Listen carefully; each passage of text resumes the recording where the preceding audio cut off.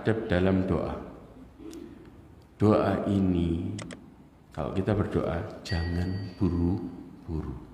Rasulullah SAW mengajarkan ada permulaan, ada penutup. Saya ulangi lagi, di dalam kita berdoa itu ada permulaan, ada penutup. Pernah kejadian ada seseorang dia salat. Hadis ini diriwayatkan oleh Imam Tirmidzi, Abu Dawud, disahihkan oleh Nasiruddin Al-Albani dari Fadalah ibn Ubaid, qala bainana Rasulullah sallallahu alaihi wasallam qa'idan iddakhala rajulun fasalla. Rasulullah bersama kami pada waktu itu dalam posisi sedang duduk. Ternyata ada seorang yang masuk ke dalam masjid kemudian dia sholat.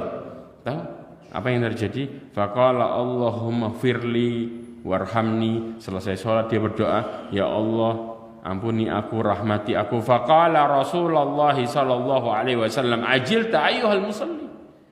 Apakah kemudian kau terburu-buru? Kok doanya kayak gitu? Idza shallaita faqa'atta fahamdillah. Caranya kalau engkau selesai sholat, ya, kemudian engkau berdoa, puji Allah dulu, katakan alhamdulillah. Kemudian bima huwa ahluhu wa salli alayya. Kemudian bersalawatlah kepadaku, bersalawatlah atasku. Kenapa? Tsumma du'uhu. Kemudian baru berdoa. Maka di sini dijelaskan di dalam kitab Tazkiyatun Nafs disebutkan permulaannya 3. Kita pertama baca alhamdulillah, bukan al-fatihah ya. Kita mengatakan alhamdulillah. Kemudian kita membaca asmaul husna, karena Allah berfirman dalam Al-Quran, walillahi asmaul husna fad'uhu biha. Allah memiliki nama-nama yang baik, maka berdoalah dengannya. Jadi ketika seseorang memakai asmaul husna untuk berdoa, maka doanya semakin kuat. Contoh, kita minta rizki, kita mengatakan ya Razzaq. Kita minta ampunan, kita mengatakan ya Ghafur. Ya. Dan bahkan ada nama-nama yang Allah begitu senang ketika disebut dengannya, ya Hayyu ya Qayyum. Ya. Makanya di dalam hadis disebutkan man ahsaha dakhalal jannah. Barang siapa yang menghitung, mempelajari asmaul husna, dia bisa masuk surga. Kenapa kita harus pelajari? Pertanyaannya, jawabannya simpel. Semua masalah kita jawabannya ada di asmaul husna. Maka kalau seseorang mengenal Allah dengan baik, mereka enggak akan pernah pesimis dalam hidupnya. Semua jawaban apapun itu masalahnya, Allah memiliki semua solusi. Makanya orang yang mempelajari asmaul husna, mereka semakin bertakwa kepada Allah dan tawakalnya tinggi. Karena mereka tahu di balik itu Allah memiliki sifat yang memberikan solusi kepada setiap hamba. Ya. Kemudian setelah itu yang ketiga baru sholawat. Setelah sholawat baru kemudian berdoa.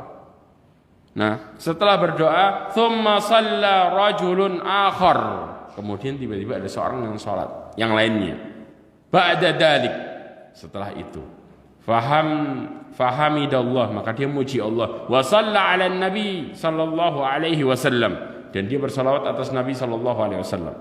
Faqala Nabi sallallahu alaihi wasallam, ayyuhal musallid'u tujab. Wahai orang yang salat, berdoalah engkau, maka engkau akan dijawab. Dari sini, ya, kita setelah selesai sholat, kemudian kita selesai berdoa maksudnya, selesai berdoa, kemudian kita mengakhiri dengan sholawat, baru kemudian mengatakan alhamdulillah. Jelas ya? Kenapa? Allah SWT berfirman.